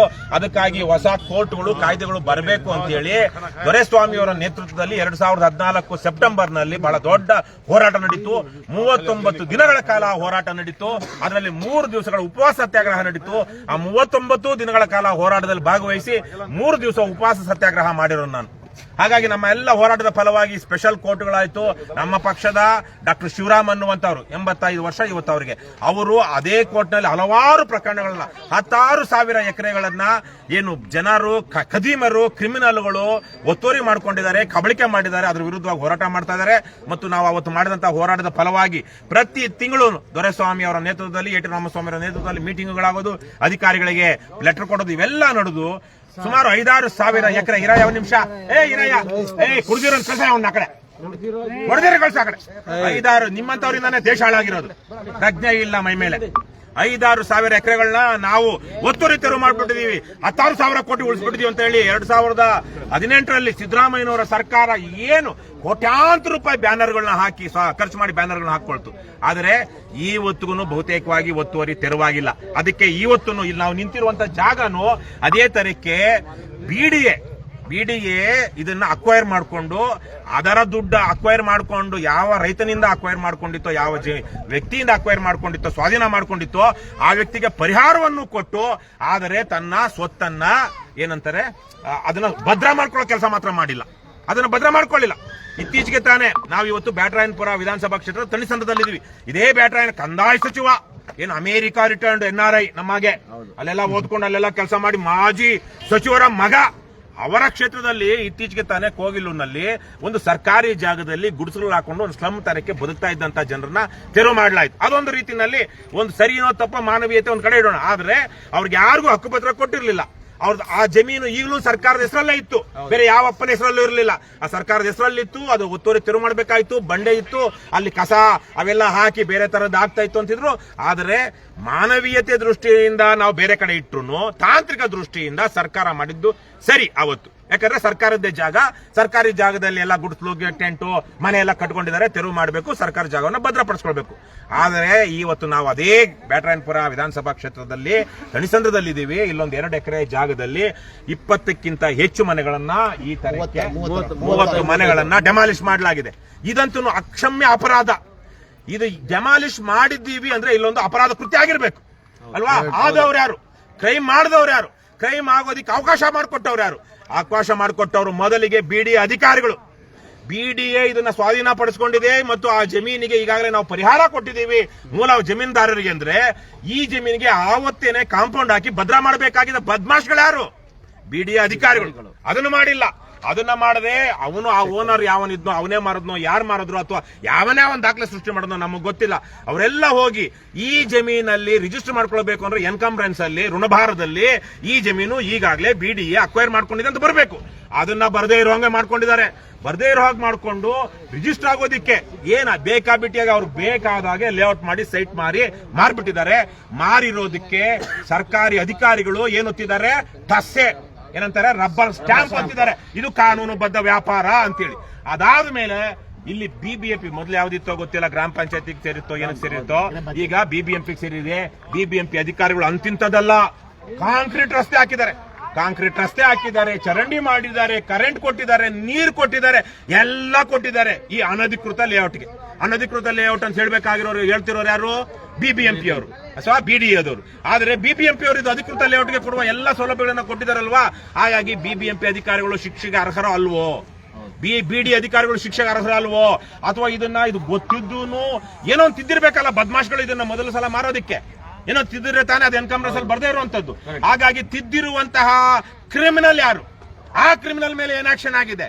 ಇವರೆಲ್ಲ ಭ್ರಷ್ಟ ಅಧಿಕಾರಿಗಳೇನಿದ್ದಾರೆ, ಕ್ರಿಮಿನಲ್ಗಳೇನಿದ್ದಾರೆ, ಮಾರಿರೋರೇನಿದ್ದಾರೆ, ರಿಯಲ್ ಎಸ್ಟೇಟರು, ಇವರೆಲ್ಲ ಶ್ರೀಮಂತರು, ಇವರೆಲ್ಲ ಬಲಾಢ್ಯರು, ಇವರೆಲ್ಲ ಪ್ರಬಲರು. ಹಾಗಾಗಿ ಅವ್ರದ್ದು ಏನೇನು ರೋಮ ಕೂಡ ಕಿತ್ಕೊಳ್ಳೋದಕ್ಕೆ ಈ ಸರ್ಕಾರದ ಕೈಯಲ್ಲಾಗಲ್ಲ. ಯಾರು ಕಿತ್ಕೊಳಕ್ಕಾಗುತ್ತೆ? ಮುನೀರಿಂದೋ, ತಿಮ್ಮಯ್ಯಂದೋ, ತಿಮ್ಮಪ್ಪಂದೋ, ಅಲ್ವೇನ್ರಣ್ಣ? ಇಷ್ಟೇ ಆಗುವಂತದ್ದು. ಹಾಗಾಗಿ ಇವತ್ತು ಆ ಸ್ಥಿತಿಗೆ ಬಂದಿದೆ. ಇಲ್ಲಂತೂ ಇಲ್ಲಿ ಕ್ರೈಮ್ ಆಗಿದೆ ಅಂದಮೇಲೆ ಯಾರು ಕ್ರೈಮ್ ಮಾಡಿದ್ದಾರೋ ಅವರನ್ನ ಹಿಡಿದು ಜೈಲಿಗೆ ಹಾಕಿ ಅವ್ರ ಹತ್ರ ದಂಡ ವಸೂಲಿ ಮಾಡಿ ಆ ದಂಡವನ್ನ ಇವರಿಗೆ ಪರಿಹಾರ ರೂಪದಲ್ಲಿ ಕೊಟ್ಟು ಆವಾಗ ಇವರಿಗೆ ಖಾಲಿ ಮಾಡಿ ಅಂತ ಹೇಳಿ ಪರಿಹಾರವನ್ನ ಕೊಟ್ಟು ಖಾಲಿ ಮಾಡಿಸಿ ಡೆಮಾಲಿಷ್ ಮಾಡಿದ್ರೆ ಅದು ನಿಜವಾದ ಜಸ್ಟಿಸ್. ನ್ಯಾಯ ಅಂದ್ರೆ ಅದು, ಬೇರೆ ಇನ್ಯಾವುದೂ ಅಲ್ಲ. ನೀವು ಅಕ್ರಮವಾಗಿ ಕಟ್ಕೊಂಡಿದ್ದೀರಾ, ಅಕ್ರಮವಾಗಿ ಕಟ್ಕೊಂಡಿರೋದಕ್ಕೆ ಎಲ್ಲಪ್ಪ ಮುನೀರು ಇತ್ತೀಚೆಗೆ ತಾನೇ ಅವ್ರ ಅಕ್ಕನ ಅಣ್ಣನ ಅಕ್ಕನ ಮಗಳು ಅವ್ರ ಮದುವೆ ಬಂದಿತ್ತು, ಬೇರೆ ಇನ್ನೊಂದೆಲ್ಲೋ ಆಸ್ತಿ ಇತ್ತು, ಅದನ್ನ ಮಾರಿ ಮದುವೆದನ್ನು ಮುಂದಕ್ಕೆ ಹಾಕಿ 50-45 ಲಕ್ಷ ರೂಪಾಯಿ ಏನು ಒಂದು 12 ಲಕ್ಷ ರೂಪಾಯಿ ಚಿನ್ನವನ್ನ ಅಡ ಇಟ್ಟು ಆ ದುಡ್ಡನ್ನ ತಗೊಂಡು 20/50 ಜಮೀನ್ ತಗೊಂಡಿದ್ದಾರೆ, ಇದು ಸೈಟ್ ತಗೊಂಡಿದ್ದಾರೆ, ಒಂದು ಇರುವಂತ ಮನೆ. ಅದಕ್ಕೆ ಸರ್ಕಾರಕ್ಕೆ 3,90,000 ಸ್ಟಾಂಪ್ ಡ್ಯೂಟಿ ಕಟ್ಟಿದ್ದಾರೆ. ಸರ್ಕಾರ ಇವರ ದುಡ್ಡು ತಗೊಂಡಿದೆ, ಆದರೆ ಇವರ ಹಕ್ಕುಗಳ ರಕ್ಷಣೆಗೆ ಬಂದಿಲ್ಲ. ಇವತ್ತು ಎಷ್ಟೆಲ್ಲ ಜನ ಇಷ್ಟೆಲ್ಲ ಕೋಟ್ಯಾಂತರ ರೂಪಾಯಿ ಇವತ್ತು ಸರ್ಕಾರ ಇಲ್ಲ ಆಗಿರೋ ನೋಡ್ರಿ, ಇಷ್ಟೆಲ್ಲ ಮನೆಗಳಿಗೆ ಸರ್ಕಾರಕ್ಕೆ ಕೋಟ್ಯಾಂತರ ರೂಪಾಯಿ ಸ್ಟಾಂಪ್ ಡ್ಯೂಟಿನೇ ಬಂದಿದೆ. ಎಷ್ಟೋ ಹಲವಾರು ವರ್ಷಗಳಿಂದ ಕೋಟ್ಯಾಂತರ ರೂಪಾಯಿ ಬಂದಿದೆ, ಅದರ ಪರಿಹಾರ ಇಲ್ಲ, ಮನೆ ಇಲ್ಲ. ಮಾಡಿರೋ ಹೋಗ್ಲಿ, ಇವ್ರೇನೋ ತಪ್ಪು ಮಾಡಿ ಇವ್ರೇನೋ ಸಂತ್ರಸ್ತರಾಗ್ಬಿಟ್ಟಿದಾರ, ಇವರಿಗೆ ಮೋಸ ಮಾಡಿದವನಿಗೆ ಶಿಕ್ಷೆಯಲ್ಲಿ ಏನಿದು ನ್ಯಾಯ ಇರುವ ದೇಶ ಅಂತಾರ, ನ್ಯಾಯ ಅಂತಾರ? ಇದನ್ನ ಯೋಚನೆ ಮಾಡೋಣ. ಇದಕ್ಕಿಂತ ಬೇರೆ ರೀತಿಯಲ್ಲಿ ಹೇಳೋದಕ್ಕಾಗೋದಿಲ್ಲ. ನಾನು ಈಗಲೇ ಹೇಳಿದಂಗೆ BDA ಅನ್ನುವಂತಹದ್ದು ಪರಮ ಭ್ರಷ್ಟ ರಿಯಲ್ ಎಸ್ಟೇಟ್ ಕಂಪನಿ. ಅದು ಬೆಂಗಳೂರು ಏನಂತಾರೆ ಡಕಾಯಿಟ್ಸ್ ಅಥಾರಿಟಿ ಅಂತ ಒಂದಷ್ಟು ಜನ ಹೇಳ್ತಾ ಇದ್ರು. BDA ಆಗಲಿ, ಅದು ಏನಾದ್ರು ಹೌಸಿಂಗ್ ಬೋರ್ಡ್ ಏನಂತಾರೆ, SBA ಏನಪ್ಪ ಅದು, ಗೃಹ ಮಂಡಳಿ, KHB Karnataka housing board, KIADB ಇವೆಲ್ಲರೂ ಸರ್ಕಾರ ನಡೆಸುವಂತಹ ಅಕ್ರಮವಾಗಿ ನಡೆಸುವಂತಹ ರಿಯಲ್ ಎಸ್ಟೇಟ್ ಕಂಪನಿಗಳು. ಅವರಿಗೆ ಒಂದು ತಾಯಿ ಹೃದಯ ಇಲ್ಲ, ಕಾನೂನು ಪಾಲನೆ ಇಲ್ಲ. ಯಾರ್ದೋ ಜಮೀನುಗಳನ್ನ ಹೋಗಿ ಅಕ್ವೈರ್ ಮಾಡ್ಕೊಳ್ಳೋದು, ಅದನ್ನ ಇನ್ಯಾರಿಗೂ 6 ಕಾಸಿಗೆ 3 ಕಾಸಿಗೆ ಮಾರೋದು. ಇತ್ತೀಚೆಗೆ ತಾನೇ ನಾವು ನೋಡಿದ್ವಲ್ಲ, ಇನ್ಫೋಸಿಸ್ ಕಂಪನಿ ಅವ್ರದ್ದು ಅದು ಏನು ಇಂಡಸ್ಟ್ರಿ ಮಾಡೋದಕ್ಕೆ ಅಂತ ಕೊಟ್ಟಿರೋದನ್ನ ಅವರು ರಿಯಲ್ ಎಸ್ಟೇಟ್ ಮಾರ್ಕೊಂಡಿದ್ದಾರೆ. ಇಲ್ಲೂ ಅಷ್ಟೇ ಪಕ್ಕದಲ್ಲೇನೆ ಜಮೀನಿಗೆ ಇದ್ರ ಪಕ್ಕದಲ್ಲಿ ಈಗ ಯಾಕಿದನ್ನ ಈ ಸಂದರ್ಭದಲ್ಲಿ ಬಂದು ತೆರವು ಮಾಡ್ತಾ ಇದಾರೆ ಅಂತ ಸ್ಥಳೀಯರು ಹೇಳೋದೇನು ಅಂದ್ರೆ, ಇಲ್ಲಿ DK ಶಿವಕುಮಾರ್ ಅವ್ರು ಸೇರಿದಂತ ಪಾರ್ಟ್ನರ್ಶಿಪ್ ನ ಒಂದು ಫರ್ಮ್ ಅವ್ರದ್ದು ಜಮೀನ್ ಇದೆ, ಅದಕ್ಕೆ ಹೈವೇ ಬೇಕು, ಅದಕ್ಕೆ ರೋಡ್ ಬೇಕು, ಅದಕ್ಕಾಗಿ ತೆರವು ಮಾಡಿಸ್ತಾ ಇದ್ದಾರೆ. ಇಲ್ಲಾಂದ್ರೆ ಇಷ್ಟು ದಿವಸ ಮಾಡದೇ ಇರೋದು ಇವತ್ತು ಯಾಕೆ ಬಂದಿದೆ? 100 ಕೋಟಿ ರೂಪಾಯಿ, 100 ಬಹುಶಃ 1000 ಕೋಟಿ ರೂಪಾಯಿ ಬೆಲೆ ಬಾಳುವಂತಹ ಜಾಗ, ಅಲ್ಲಿ 100,000 ಅಪಾರ್ಟ್ಮೆಂಟ್ಗಳು ಬರುತ್ತೆ. ಆದರೆ ಯಾವ್ದಾದ್ರು ಬರ್ಲಿ, ನ್ಯಾಯಬದ್ಧವಾಗಿರ್ಲಿ, ನಾವಂತೂ ಇವ್ರದೇನು ಇವ್ರು ಅನುಭವಿಸಬೇಕು, ಅವ್ರು ಅನುಭವಿಸ್ತಾರೆ, ನಾವಂತ ಅವ್ರಿಗೆ ಪರಿಹಾರ ಕೊಡೋ ಸ್ಥಿತಿಲಿಲ್ಲ. ಆದ್ರೆ ಪರಿಹಾರ ಕೊಡ್ಬೇಕಾಗಿತ್ತಲ್ಲ. ಇವರೇ ಈತಾನೇ ಕ್ರಿಮಿನಲ್ ಆಗಿ ಈತಾನೇ ಮಾರಿ ಈತಾನೇ ಇನ್ನೊಬ್ರು ತಗೊಂಡಿದ್ರೆ ನಾವು ಇವ್ರು ಕೇಳಬಹುದು. ಸರ್ಕಾರ ಕೊಟ್ಟಿದೆ, NOC ಕೊಟ್ಟಿದೆ, ರಿಜಿಸ್ಟ್ರೇಷನ್ ಮಾಡಿಕೊಟ್ಟಿದೆ, ನೀರು ಕೊಟ್ಟಿದೆ. ಈ ಖಾತಾ ಏನು ಹೊಸದಾಗಿ ಬೆಂಗಳೂರಲ್ಲಿ ಎಲ್ಲಾನು ಈ ಖಾತಾ ಎಲೆಕ್ಟ್ರಾನಿಕ್ ಖಾತಾ ಅಂತ ಮಾಡ್ತಾ ಇದಾರಲ್ವಾ, ಅದು ಸಹ ಕೊಟ್ಟಿದೆ. ಇಷ್ಟೆಲ್ಲ ಇರುವಾಗ ಈಗ ಇವರಿಗೆ ಏನ್ ರಕ್ಷಣೆ ಸಿಕ್ಕಿದೆ? ಸರ್ಕಾರ ಅದಕ್ಕೆ ಫೀಸ್ ತಗೊಂಡಿದೆ, ಟ್ಯಾಕ್ಸ್ ಕಟ್ಕೊಂಡಿದ್ದಾರೆ, ಫೀಸ್ ತೆರಿಗೆ ತಗೊಂಡಿದೆ, ಅದಕ್ಕೆ ಏನ್ ರಿಜಿಸ್ಟ್ರೇಷನ್ ಸ್ಟಾಂಪ್ ಡ್ಯೂಟಿನೂ ಸಹ ತಗೊಂಡಿದೆ. ಅದು ತಗೊಳ್ಳುವಾಗ ನಾವು ಇದನ್ನ ತಗೊಂಡಿದ್ದೀವಿ, ಅವರಿಗೆ ನಮ್ಮ ಕಡೆಯಿಂದ ಒಂದಷ್ಟು ಲೋಪ ಆಗಿದೆ, ಅದನ್ನ ಅವ್ರು ತಿಳಿಸೋಣ. ಮತ್ತೆ ಯಾವನ ಇದಕ್ಕೆ ಕ್ರೈಮ್ ಆಗೋದಿಕ್ಕೆ ಕಾರಣ ಆಗಿದ್ದಾನೋ, ಅಪರಾಧ ಆಗೋದಿಕ್ಕೆ ಅವನ ಆಸ್ತಿ ಜಪ್ತ್ ಮಾಡಿ ಅದರಲ್ಲಿ ಇವ್ರಿಗೆ ಪರಿಹಾರ ಕೊಡಿಸೋಣ ಅಂತ ಏನಾದ್ರು ಯೋಚನೆ ಮಾಡಿದ್ಯಾ? ಇಲ್ಲ. ಹಾಗಾಗಿ ಇದು ಏನಾಗುತ್ತೋ ಗೊತ್ತಿಲ್ಲ ಮುಂದಕ್ಕೆ. ಇದು ಮುಂದಿನ ದಿನಗಳಲ್ಲಿ ಹಲವಾರು ಕಡೆಗಳಲ್ಲಿ ಆಗುತ್ತೆ. ಇಂತಹ 100 ಎಕರೆಗಳು, 1000 ಎಕರೆಗಳು ಇದೇ ತರೀಕೆ BDA ಆಸ್ತಿ, KHB ಆಸ್ತಿ, KDB ಆಸ್ತಿ ಭ್ರಷ್ಟರ ಅಥವಾ ಬಲಾಢ್ಯರ ಖಾಸಗಿ ವ್ಯಕ್ತಿಗಳ ಅಧೀನದಲ್ಲಿದೆ. ಅಲ್ಲಿ ಆ ಕಡೆ ಅವರು ಪರಿಹಾರನೂ ಪಡ್ಕೊಂಡಿದ್ದಾರೆ, ಈ ಕಡೆ ಅದನ್ನ ಡಿನೋಟಿಫೈ ಮಾಡಿಸ್ಕೊಂಡು ಅಥವಾ ಮಾಡಿಸ್ಕೊಳ್ಳೋದೇನು ಮಾರಿ ಆರಾಮಾಗಿದ್ದಾರೆ. ಅವ್ರ ಮೇಲೆ ಯಾವ ಆಕ್ಷನ್ ಆಗಿಲ್ಲ. ಈಗಾಗಲೇ ನಾನು ಅಲ್ಲಿ ಮಾತಾಡ್ತಿರೋವಾಗ ಹೇಳ್ತಾ ಇದ್ದೆ, ನಾನು 2011ರಲ್ಲಿ ಅಮೆರಿಕದಿಂದ ಬಂದ ಮೇಲೆ ಒಂದು ಕೇಸ್ ಆಗಿದೆ. ಒಂದ್ ನಿಮಿಷ ಇರೋಣ. ಒಂದು ಪ್ರಕರಣ, ಅದು ನಾಗದೇವನಹಳ್ಳಿ, ಎಲ್ಲಿ ಕೆಂಗೇರಿಯಲ್ಲಿ ಇರೋದು ನಾಗದೇವನಹಳ್ಳಿಲಿ ಲಿಂಗಯ್ಯ ಅನ್ನುವ, ಅದು ಎಲ್ಲ ಲೇಔಟ್ ಮಾಡೋದಕ್ಕೆ BDA ಅಕ್ವೈರ್ ಮಾಡ್ಕೊಳ್ತು. BDA ಅಕ್ವೈರ್ ಮಾಡ್ಕೊಂಡಾಗ ಲಿಂಗಯ್ಯನೋ ಅನ್ನುವಂಥ ಜಮೀನನ್ನು ಅಕ್ವೈರ್ ಮಾಡ್ಕೊಳ್ತು. ಅದರಲ್ಲಿ 2 ಎಕರೆನ ಆತ ಏನೋ ಡಿನೋಟಿಫೈ ಮಾಡಿಸ್ಕೊಳ್ದಿರಾ ಏನ್ ಮಾಡ್ತಾನೆ, ಸೋಮಣ್ಣನಿಗೆ ಮಾರ್ಬಿಡ್ತಾನೆ. ಯಾರು ಸೋಮಣ್ಣ? ಆಗಿನ MLA ಮಿನಿಸ್ಟರ್ ಸೋಮಣ್ಣ ಅಲ್ವಾ, ಬೇರೆ ಯಾರಿಗೂ ನಿಮ್ಮಂತ ಯಾರೋ ಕಾಂಜಿ ಪಿಂಜಿ ಜನಕ್ಕೆ ಮಾರಿರ್ಲಪ್ಪ. ಅವನು MLAಗೆ ಮಿನಿಸ್ಟರ್ಗೆ ಮಾರಿದ್ದಾನೆ. ಮಿನಿಸ್ಟರ್ ತಗೊಂಡಿದ್ದಾನೆ, ನಾನು ತಗೊಳ್ತೀನಿ ಅಂತ. ಅವನು ಆ ಕಡೆ ಪರಿಹಾರ ತಗೊಂಡಿಲ್ಲ. ಆದ್ರೆ ಪರಿಹಾರ ತಗೊಳ್ಳದಿರಾ ಇವನ ಹತ್ರ ಸಿಕ್ಕದ ಒಳ್ಳೆ ಮಾರ್ಕೆಟ್ ರೇಟ್ಗಿಂತ ಜಾಸ್ತಿ ದುಡ್ಡು, ಯಾಕಂದ್ರೆ ಅದಕ್ಕಿಂತ ಚೆನ್ನಾಗಿ ಆಗ್ಬಿಡುತ್ತಲ್ಲ. ಇದು BDA ಆಸ್ತಿ, ಯಾರು ಮಾರ್ಕೆಟೇ ಇಲ್ಲ ಅದಕ್ಕೆ. ಆತ ತಗೊಂಡು ಸೋಮಣ್ಣ ಅದನ್ನ ಡಿನೋಟಿಫೈ ಮಾಡ್ಕೊಳ್ಳೋಕೆ ಲಿಂಗಯ್ಯನ ಮೂಲಕ ಆಸ್ತಿ ಈಗಾಗಲೇ ರಿಜಿಸ್ಟರ್ ಆಗಿ, ಕಾನೂನು ಬಾಹಿರವಾಗಿ ರಿಜಿಸ್ಟರ್ ಆಗಿ ಸೋಮಣ್ಣನ ಹೆಂಡತಿ ಹೆಸರಲ್ಲಿದೆ. ಆದ್ರೆ ಡಿನೋಟಿಫೈ ಮಾಡಿ ಅಂತ ಕೇಳ್ತಾ ಇರೋದು ಯಾರು? ಲಿಂಗಯ್ಯ.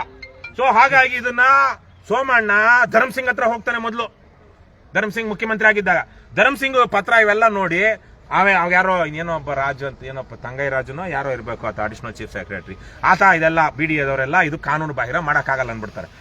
ಸೊ ಧರ್ಮಸಿಂಗು ಸಹ ಇದು ಮಾಡಲ್ಲ ಅಂತ. ಅದಾದ್ಮೇಲೆ ಧರ್ಮಸಿಂಗ್ ಆದ್ಮೇಲೆ ಬರೋ ಮುಖ್ಯಮಂತ್ರಿ ಯಾರು? ಕುಮಾರಸ್ವಾಮಿ ಹತ್ರ ಫೈಲ್ ಹೋಗುತ್ತೆ.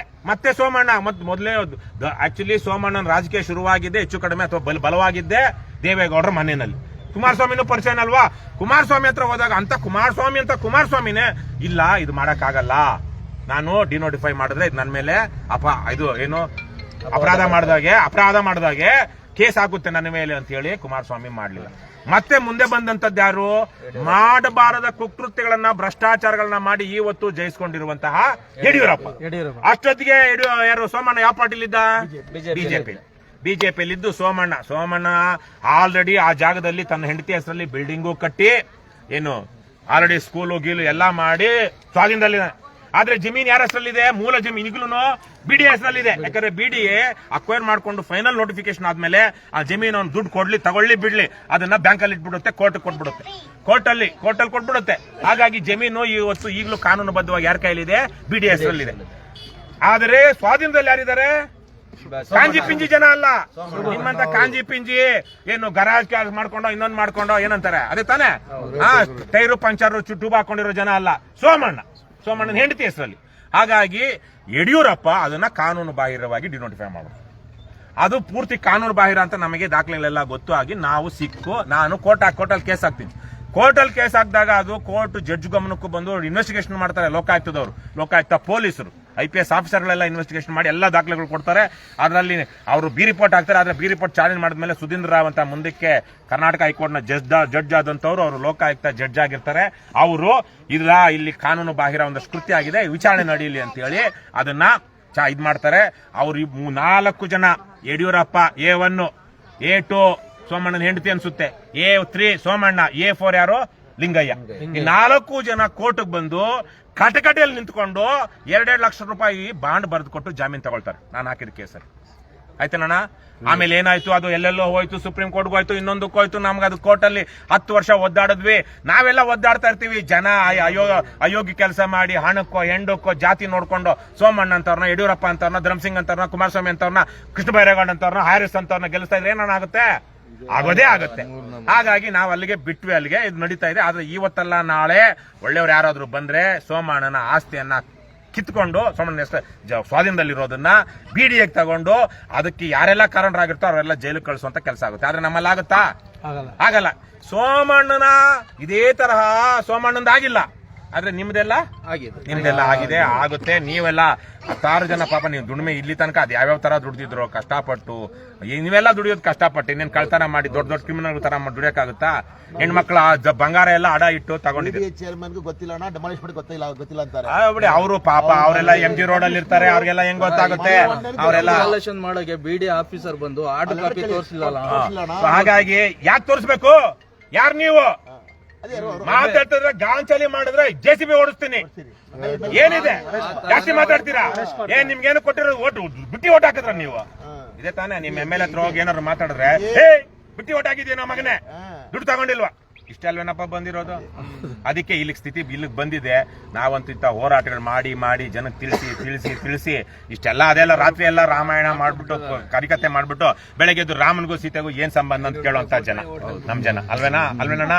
ಹಾಗಿರುವಾಗ ಏನಾಗುತ್ತೆ? ನಾವಿಷ್ಟು ಹೇಳಿದೀವಪ್ಪ, ಇನ್ ಮುಂದಕ್ಕೆ ಏನಾಗುತ್ತೋ ನಿಮ್ ನ್ಯಾಯ ಸಿಗ್ಲಿ, ಪರಿಹಾರ ಸಿಗೋದ್ರ ಜೊತೆಗೆ ಯಾರಲ್ಲಿ ಕ್ರಿಮಿನಲ್ಗಳಿದ್ದಾರೆ ಅವ್ರ ಮೇಲೆ ಎಲ್ಲ ಆಕ್ಷನ್ ಆಗ್ಲಿ, ಅದು ಪರಿಹಾರ ಅವ್ರ ಹತ್ರ ಕಿತ್ಕೊಂಡು ನಿಮ್ಗೆ ಕೊಡ್ಲಿ, ಇಷ್ಟು ನಾವು ಕೇಳ್ತೀವಿ. ಆದ್ರೆ ನಮಗೊಂದಷ್ಟು ಜನರ ಮುಂದೆ ಸತ್ಯನ ನ್ಯಾಯನ ಹೇಳೋಷ್ಟು ಶಕ್ತಿ ಇದೆ, ಅಧಿಕಾರ ಇಲ್ಲ.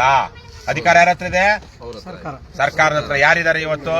Harris BDA chairman, Krishna Byregowda ಕಂದಾಯ ಸಚಿವ, ಜೊತೆಗೆ ಇಲ್ಲಿ ಹಾಲಿ ಶಾಸಕ, ಮತ್ತೆ ನಗರಾಭಿವೃದ್ಧಿ ಸಚಿವ DK ಶಿವಕುಮಾರ್, ಅದ್ರ ಜೊತೆಗೆ ಮುಖ್ಯಮಂತ್ರಿ ಸಿದ್ದರಾಮಯ್ಯ.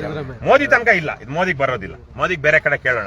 ಇಲ್ಲಿ ಬರೋದು ಇಷ್ಟೇ, ಸಿದ್ದರಾಮಯ್ಯನಿಗೆ ತಕ್ಷಣಕ್ಕಿರೋದು BDA ಚೇರ್ಮನ್ ಕೃಷ್ಣ ಬೈರೇಗೌಡ. ಎರಡೂ ಕಡೆಯಿಂದ ಆಕ್ಷನ್ ಆಗ್ಬೇಕು. ಮತ್ತೆ DK ಶಿವಕುಮಾರ್, ಯಾರು ಇಲ್ಲಿ ನೀವು ಅವ್ರ ಪಾರ್ಟ್ನರ್ಶಿಪ್ ಇಂದ DK 3 ಜನಕ್ಕಿರೋದು. ಹ್ಯಾರಿಸ್ ಅಮೋಘ ಡೆವಲಪರ್ಸ್ ಏನೋ ಶೋಭಾ ಅಂತ ಯಾವ್ದಾರು ಇಲ್ಲಪ್ಪ ಅದು ಏನೋ ಅಯ್ಯೋ ಅವ್ರಿಗೆ ಎಷ್ಟು ಜನ ಡೆವಲಪರ್ಸ್ ಪಾರ್ಟ್ನರ್ಸ್ ಗೊತ್ತಿಲ್ಲಣ್ಣ. ಅವ್ರ ಆಸ್ತಿ ಇನ್ನೊಂದು ಸ್ವಲ್ಪ ದಿವಸ ಆದ್ಮೇಲೆ ಡಿ ಕೆ ಶಿವಕುಮಾರ್ಗೆ ನಾನು ಲೈವ್ ಅಲ್ಲಿ ಹೇಳ್ತೀನಿ, ಇನ್ನೊಂದು ದಿವಸ ಇನ್ನೊಂದು 4 ವರ್ಷ 5 ವರ್ಷ ಹೋಗ್ಬಿಟ್ಮೇಲೆ ಡಿ ಕೆ ಶಿವಕುಮಾರ್ಗೆ ತನ್ನ ಪ್ರಾಪರ್ಟಿ ಎಲ್ಲೆಲ್ಲಿದೆ ಅನ್ನೋದು ಕೂಡ ಗೊತ್ತಾಗಲ್ಲ. ಊರೆಲ್ಲ ಅವ್ರದೇ, ಊರಲ್ಲೆಲ್ಲ ಜಾಮೀನುಗಳ ಆಸ್ತಿಗಳು. ಅವ್ರು ಹೇಳ್ತಾರ ಆಮೇಲೆ ಬಿಸ್ನೆಸ್ ಮ್ಯಾನ್ ಅಂತ ಹೇಳಿರಲ್ವಾ, ಇಷ್ಟೇ. ಹಾಗಾಗಿ ನಮಗೆ ಏನಾರ ಇದು ಇಷ್ಟು ವಿಚಾರ ಹೇಳೋದಿಕ್ಕೆ ಅಷ್ಟೇನಪ್ಪ ಶಕ್ತಿ ಇರೋದು, ನಮ್ಗೆ ಅಧಿಕಾರ ಇಲ್ಲ. ನಾವು ಅಧಿಕಾರ ಬಂದಾಗ ನಾವು ಏನ್ ಮಾಡ್ಬೇಕು ಅದನ್ನ ಮಾಡ್ತೀವಿ, ನೀವು ಅವರು ಅಂತಲ್ಲ. ಆದ್ರೆ ಇದಕ್ಕಿಂತ ಜಾಸ್ತಿ ಹೇಳೋದು ಏನಾಗುತ್ತೆ, ಸುಮ್ಮನೆ ಕ್ಲೀಶೆ ಆಗುತ್ತೆ, ಅದು ಪದೇ ಪದೇ ಸೌಕ್ಲು ಹಾಕೋದು. ನೋಡಿ ಯೋಚನೆ ಮಾಡಿ, ಬದ್ಮಾಶ್ಗಳು ಯಾವನ್ ಇದಕ್ಕೆ ಅವಕಾಶ ಮಾಡಿಕೊಟ್ನು, ರಿಜಿಸ್ಟ್ರೇಷನ್ ಮಾಡಿದ್ನು, ಆ ಬದ್ಮಾಶ್ಗಳನ್ನೆಲ್ಲ ಜೈಲಿಗೆ ಹಾಕಿ ಲೈಫ್ ಸೆಂಟೆನ್ಸ್ ಕೊಡ್ಬೇಕು ಬದ್ಮಾಶ್ಗಳಿಗೆ. ಎಲ್ಲಾದ್ರೂ ಒಂದ್ ಕಡೆ ಮಾಡಿದ್ರೆ ಎಲ್ಲರಿಗೂ ಬುದ್ಧಿ ಬರುತ್ತೆ. ನಾವು ಇದೇ ನಮ್ಗೆ ನಾವು ತೊಳೆದು ಸಾಕಾಗ್ಬಿಟ್ಟಿದೆ ನಮ್ಗೆ ಬರೋದೇ ಕೆಲಸ. ನಾವು ಮಾಡೋಣ, ನಾಳೆ ಹೋಗ್ಬಿಟ್ಟು ಯಾವನೋ ನಿಮ್ ಜಾತಿಯವನು ನಿಮ್ ಇವನು ಬಿರಿಯಾನಿನೋ ಕೊಟ್ಟಾಗೋಣ, ಮೆಂಬರ್ ಆಗಿ ಟಿ ಶರ್ಟ್ ಹಾಕೊಂಡು ಇವತ್ತಲ್ಲಿ ಆಗಿರೋ ಅನ್ಯಾಯಕ್ಕೆ ನ್ಯಾಯ ಕೊಡ್ಕೊಳಕ್ಕಾಗುತ್ತಾ ಇಲ್ವೋ, ಮುಂದಕ್ಕೆ ಅನ್ಯಾಯ ಆಗದೆ ಇರೋ ನೋಡ್ಕೊಂಡು ನಾವಷ್ಟೇ. ಇವತ್ತು ನಾವು ನಮಗೆ ನಿನ್ನೆ ಇವತ್ತಾಗಿರೋ ಅನ್ಯಾಯಕ್ಕೆ ನ್ಯಾಯ ಕೊಡ್ಸೋದಕ್ಕಾಗುತ್ತೆ ಇಲ್ಲ, ನಾವು ಫೈಟ್ ಮಾಡ್ತಿರೋದು ಏನಕ್ಕೆ? ನಮಗಂತೂ ಏನಾಗಿಲ್ಲ, ಇಲ್ಲಿ ಬಂದಿದ್ವಲ್ಲ, ನಮ್ಗೆ ಯಾರಿಗೆ ಚೆನ್ನಾಗಿಲ್ವೇನ್ರಿ ನಾವು ರೂಟ್ ಮರ್ಚೆಂಟ್ ಏನ್ ಹೆಸರು ಆಶಮ್, ಅವ್ರ ಅಪ್ಪ ಅವರೆಲ್ಲ ಆರಾಮಾಗಿದ್ದಾರೆ. ನಮ್ಮ ಆರೋಗ್ಯ ಸ್ವಾಮಿ ಎಲ್ಲ ನಮ್ಮಲ್ಲಿರೋರು ಆಸ್ತಿ ಇಲ್ಲದೆ ಇದ್ರು ನೆಮ್ಮದಿ ಆಗಿದ್ದಾರೆ. ಆದ್ರೆ ನಮ್ಗೆ ಅನ್ಯಾಯ ಆಗೋದಿಲ್ಲ. ಆದ್ರೆ ನೀವು ಅನ್ಯಾಯಕ್ಕೊಳಗಾಗಿರೋರು ನೀವು ನ್ಯಾಯವಾಗಿರ್ತಾ ಹೋಗ್ಬೇಕು ಮುಂದಕ್ಕೆ. ನಂದು ಮುಗ್ದೋದ್ರೆ ಸರಿ, ನಾನು ಬಚಾವ್ ಆಗ್ಬಿಟ್ರೆ ಸರಿ ಅಂದಾಗ ಹೀಗೆ ಆಗೋದು.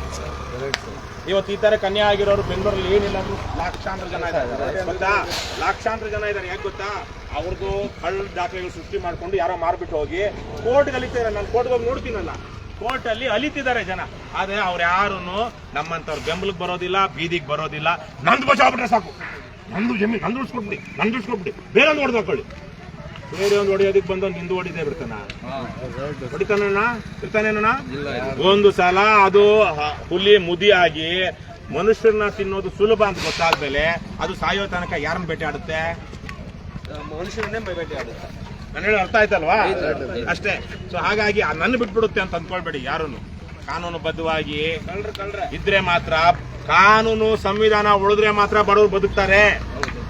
ಇಲ್ಲ ಅದು ಸಂವಿಧಾನ ಕಾನೂನು ಉಳಿಲಿಲ್ಲ ಅಂದ್ರೆ ಬಲಾಢ್ಯರು ಬಲಿಷ್ಠರು ಮಾತ್ರ ಬದುಕ್ತಾರೆ. ಅಂದ್ರೆ ಅವ್ರು ಮಾತ್ರ ಅವ್ರು ಬೆಳಿತಿರ್ತಾರೆ, ಅವ್ರ ಕೆಳಗಡೆ ಮಿಕ್ಕವ್ರು ನರಳುತ್ತಿರ್ತಾರೆ.